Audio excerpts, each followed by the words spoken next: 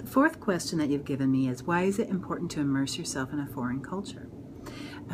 So I think that that's a really important question, because the way that it's phrased, it's not just the foreign language, which we've been talking about up until now. It is the foreign culture. And so it used to be that if you were studying Spanish in the United States, the only way that you could really fully immerse yourself in Spanish and in Hispanic cultures was to study abroad and to live abroad or to work abroad.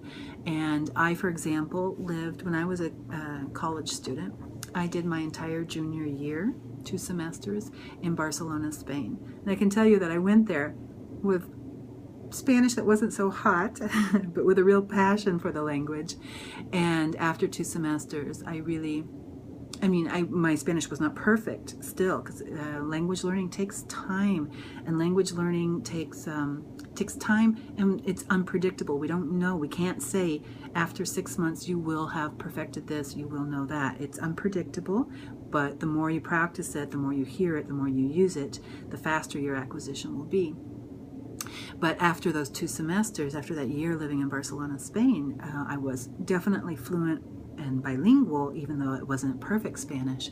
But not only that, I just came to understand the world in such a different way, not just because I had come to understand Spanish cultural perspectives, but within the sort of national culture of Spain.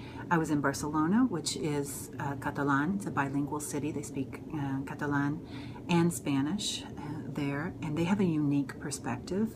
I got to understand the Mediterranean culture.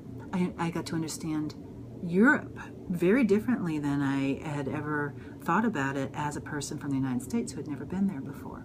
So immersing yourself in another culture allows you to appreciate art in another way. For example, architecture. Whenever I had studied about Gothic architecture or other styles of architecture, it didn't have anything in my brain to connect to.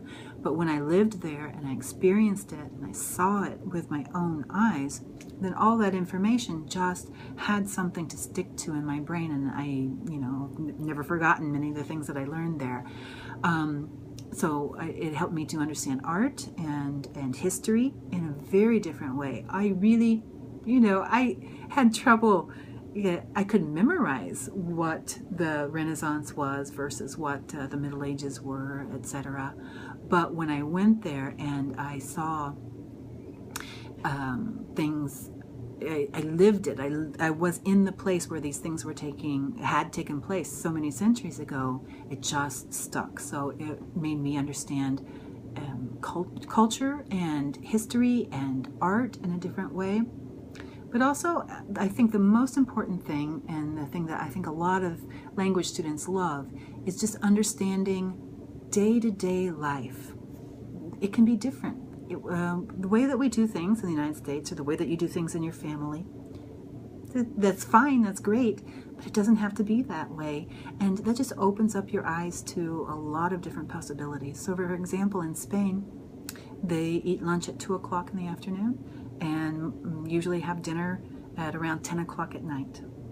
That was something I was really not used to at all, and would have never imagined that that's the way a culture or society could work.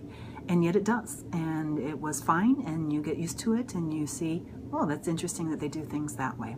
So that's just one small example, but I think it really opens your eyes to multiple perspectives and to question this idea of there's a right way to do things or there's a wrong way to do things.